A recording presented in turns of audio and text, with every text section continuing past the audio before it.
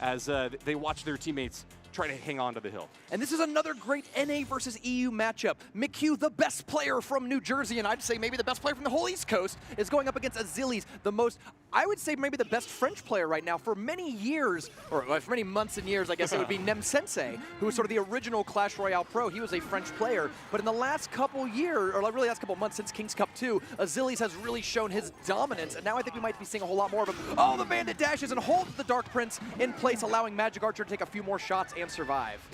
Really great exchange there for CMQ. On defense, he's going to get a lot of value with that Bandit, and then going back on attack, getting a little bit of damage off of that Prince. And Miner chips that left side tower down quite a bit, and that's exactly what CMQ is looking for there. He looks like he's running a log bait style deck here with 2 different Goblin cards, Goblin Gang and the Spear Goblins, but plenty of light chippy damage from CMQ. No heavy hitters we've seen in the deck yet, as opposed to Azilis, who is running a very heavy deck. But what is that from CMQ? The 6 Elixir Giant Skeleton, heavy stopping power, but I don't know if it's going to be able to find anything to hit. First appearance in today's event. Now this is an interesting card because what I really like is that Magic Archer is pretty good against these giant decks. You can put Magic Archer right at the bridge, and it'll shoot through the giant, hit the tower for some good chip damage. Ooh.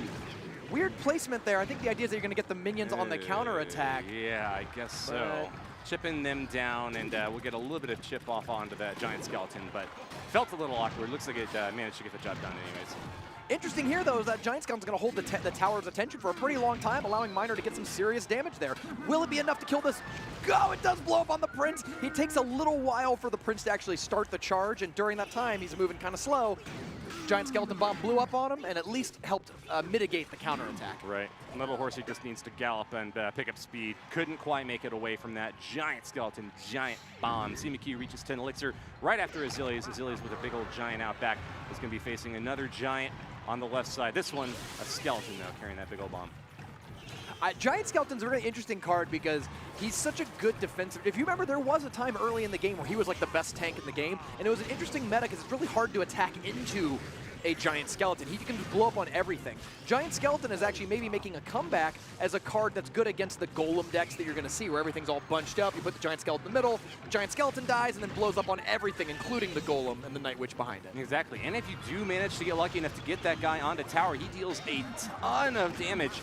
One of the more difficult win conditions in the game, but if you manage to get enough of a beatdown attack against your opponent, you can definitely get value out of that. Now, the dangerous thing for this bomb is that if it is a little bit too far away, wouldn't have hit, but still, big blast radius manages to clip both of those Princes on the charge. I think it really takes advantage of how slow the Princes are immediately after hitting something. Like, they go really fast when they're charging, but if you can stop them with a Giant Skeleton, then that bomb looks like it's going to go off pretty consistently before the Princes can get out of the way.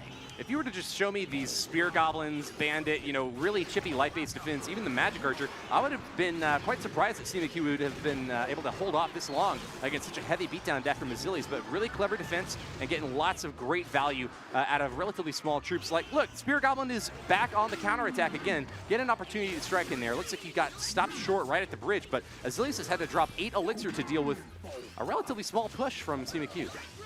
Yeah, that was, I think, a turning point there for McHugh. He's actually got a little bit of an Elixir lead right now on the board. The problem I see with McHugh is that he got damage in early, got a lot of damage in early, took a big damage lead, but since then, it's been Azilis the one who's been slowly chipping away every push. I haven't seen McHugh generate a lot of damage since that initial Miner that was attacking the tower while the Giant Skeleton was holding the attention. A double giant push. It is absolutely massive right now. Coming in hard on that right lane. The minion horde on defense stays out of the poison just long enough. This Giant's going to get a few punches off, though. Right side going down below that 2K mark, but looks like it won't be too much worse for wear. The defense is going to hold up after all with the Spear Goblins in back, chipping it down. CMQ has managed to keep his attention on that left side tower and now down to triple digits.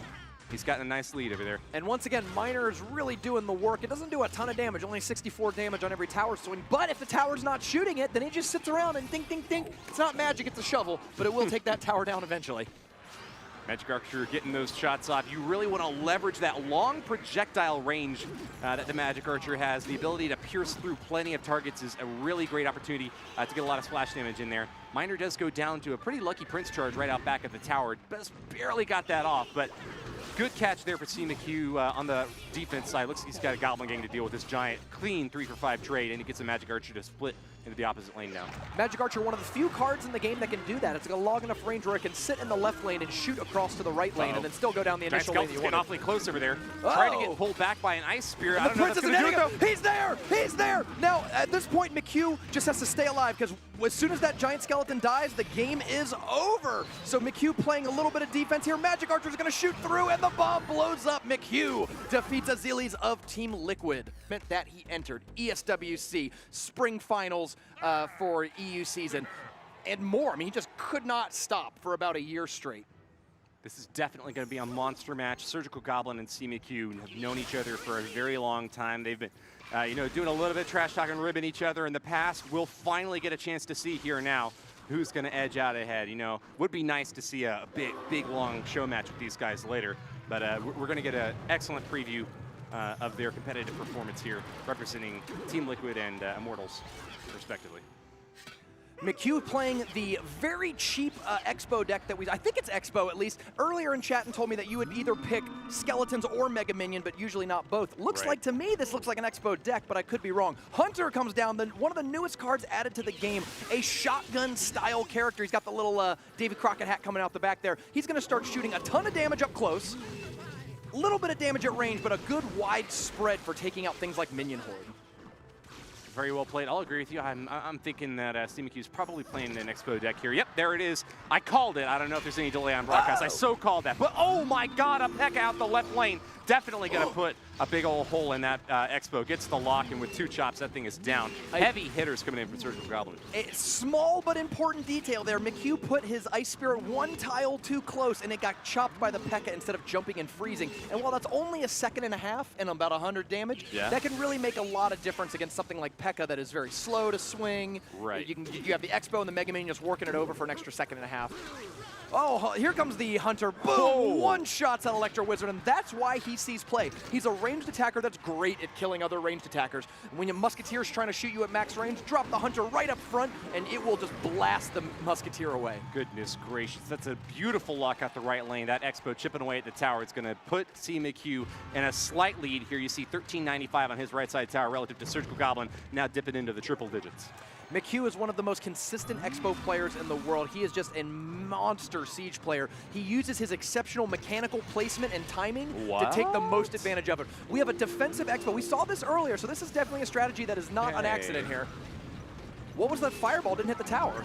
It did hit the right side tower and the King and the P.E.K.K.A, but yeah, still a little bit of an atypical play here. It looks like CMQ is willing to go for the spell cycle win at this point, thinking that he can just get the defensive lead over Surgical Goblin and make this a long game here. Hunter in the back is getting lots of nice pop shots off against all of these melee attackers coming in close. Royal Ghost going to give him a little bit of trouble, but the Hunter survives and will get another few shots off against the remainder of these troops. And it looks like 665 remaining on that tower. Defensive Expo is going to come down. McHugh's at least playing it right in the sense that he only took 100 damage on the last push, but he did 200 damage from a fireball. So we have 665, that's what, 2 fireballs, 2 logs? Ooh, nice. Yeah, pulls over a bunch of those troops with just some really cheap cycle, Ice Spirit and Skeletons, giving him some good value there. Now the Mega Minion will get distracted, won't even get a chance to shoot at that Royal Ghost.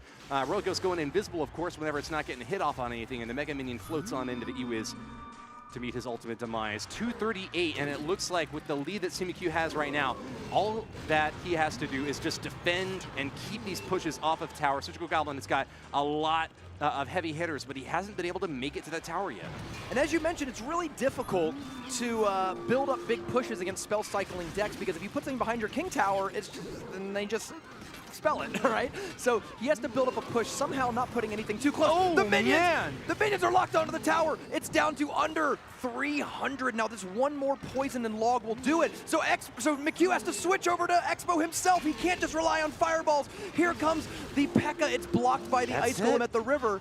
But you think a fireball's going to come through and take the game here? Oh, yeah, 3, absolutely. Surge's got this, man. We got to see that again later on. The turnabout right there was incredible. Great plays from Surgical Goblin, able to get that right side offer here, and it looks like they're going to be playing, that 8-card setup that was amazing in the spring season last year. It's been dipping down a little bit in usage. Some players have even swapped in Valkyrie instead of the Knight in order to take advantage of the buff to Valkyrie in the Nerf Tonight. But we're going to see a classic Goblin Blade duel here now. So here's why I think Trainer Luis made this challenge.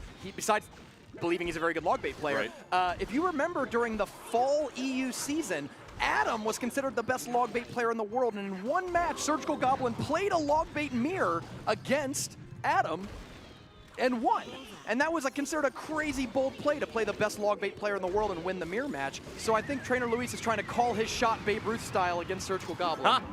I think Surgical Goblin's got the better of the first minute here. It looks like he's got a couple of nice chip hot shots off onto the left lane, but getting that King Tower activated is a real big advantage here. You know, they said classical log bait. I'm not sure if they're allowed to switch out between Tornado and Inferno Tower. Those were both used quite frequently in the log bait archetype. We've seen Tornado now from Surgical Goblin. Right side is going to be a log rolling in to try to support this Goblin Barrel push. One of the Goblins makes it onto the tower, though, and one of And there's no King Tower activation. That Tornado just tries to pull the Knight away. Yeah. Logs out of hand, so you could see maybe a Goblin Barrel right now, but Surgical Goblin already has a pretty good setup because he was able to Tornado Goblins to his King Tower much earlier. So that Surgical Goblin King Tower is activated right now. Oh, Logs coming in. Great placement. You put the Goblin Barrel up front, so all of the Goblin Gang has to run towards you. You hit the log, and it cleans out most of the Goblin Gang. Beautiful read by Trainer Luis. We saw an Ice Spirit there to catch all three of those Goblins landing right in the same spot. You can see Surgical Goblin far ahead in the damage race here, but it's not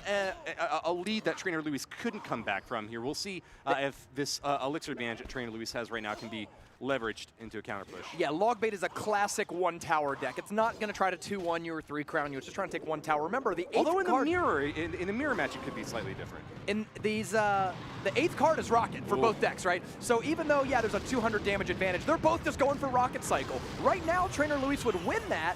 I'm sorry, Surgical Goblin would win that exchange because he was a little bit ahead, but Trainer Luis is going to try to catch up by using a few Princess and Goblin Gang tricks. So Trainer Luis soaking a Goblin Gang out the right side is a very aggressive, ballsy move. He's saying, basically, I'm confident that this is going to be a 1-0 game, and I know that I can outcycle you to get that victory. Right now, though, he's down by about 400 hit points. Surgical Goblin on defense with a Princess in back is going to start getting some chip damage against the Knife. Protecting his own Princess with a Knight play of his own, though, at that right side bridge. Looks like Surgical Goblin is now going to have to contend with a Goblin Barrel going out back. Catches it with the Goblin Gang perfectly, and he'll go on the counterattack with another rocket flying in. I think that's 3 times now Luis has put the Goblin Barrel in the exact same spot, and that's, I think, your Surgical Goblin is good at picking up those patterns and taking advantage of them.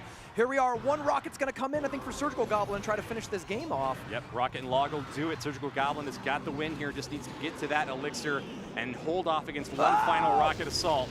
Backside's down to 916, good Rocket hit there, but Surge with the win throws those final 2 spells and will defeat Trainer Luis 1-0 in this game. You know, okay, both players are ready, wiping the sweat off their palms, ready to get these hits off. Oh, crap. With the hat on, he looks like he's in the darkness there. Surgical Goblin a little bit more out in the brightness. Since we're in Texas, I think we can give him some Old West analogs. Oh, crap, with the black hat. I think it's got to make him the outlaw in this matchup. You know, I know, Woody, you're from Texas originally, but we also have in the crowd one of the most famous Clash Royale Texans, Godslayer from the spring season. He's got his big old 10-gallon hat sitting out in the crowd. He's local boy, so he was able to come on down here and see the show. So he's hanging out. We'll probably see him tomorrow in the $20,000 Open. Ooh, good chance of that. The qualifiers are happening right now, so make sure to come on down to South by Southwest if you want to get a chance to compete in them. Great strike from that Sparky out the right lane. Tornado will allow Surge to pull that Giant onto the King Tower and get a nice defensive edge here, but what can he do against a Skarmy? Nice 2-for-3 trade with the Ice Skull knockback. Surgical Goblin is one of the most aggressive Tornado players What's in the game. What's doing? He's not even looking at the screen! He dropped a Mega Minion and figured that would be enough to defend. I guess so. I think, you know, one of the cool things about this is starting to see that the personalities of the teams evolve. And if there's one word I would use to describe Immortals so far, it's confident. All of them, whether or not the results bear it out, are all pretty confident. CMQ definitely, confidence is key. It's on his Twitter account. You can see it every time. Yeah. But, you know, Trainer Luis felt good about making that challenge. Like, I can beat you in a mirror match. Let me do that. And Crap's sitting here playing stuff, looking around, pointing fingers. Confidence and well humor. Yeah. You know, well-mannered, good-humored. Yeah.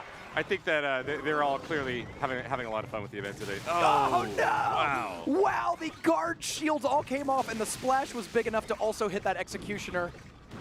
But I was saying, Surgical Goblin, one of the most aggressive tornado players in the game, he was one of the first players I saw to start tornadoing 3 Musketeers all into the same lane. He's definitely willing to tornado, obviously, Goblin towers and things like, or Goblin barrels to your tower, but he even does it to, like, unsupported Giants and Golems. Like, if you just let the tank get to the tower, it's like, now I was tornadoed to my King Tower. I don't know if you notice this or not, Oddcraft just got hoisted by his own petard out that right side. Tried to send the Sparky in to back up the Giant on the left lane, but the pushback from Sparky firing onto the defending troops resulted in that Sparky going down the right lane. This is a big hit right now for Surgical Goblin. Right side's getting chopped apart at Executioner. Uncontested. Mega Minion finally swipes him down, but that right side has been finished off, and oh crap, has only got 24 seconds left to get this thing in overtime. I'm telling you, if you want to learn how to play Tornado at the top level, you got to watch Surgical Goblin's games. This dude pulls Tornado moves that I feel like no other player is able to do. So that's one of the things that makes him stand out. Crap throws the Minion Horde down. I don't know if that was a joke or not because he put Skeleton Army right after. But he is going to take this game. And you know what that means? Surgical Goblin is going to claim our $100 bounty for 3-0 sweeping the Immortals team. Well played to Surgical Goblin.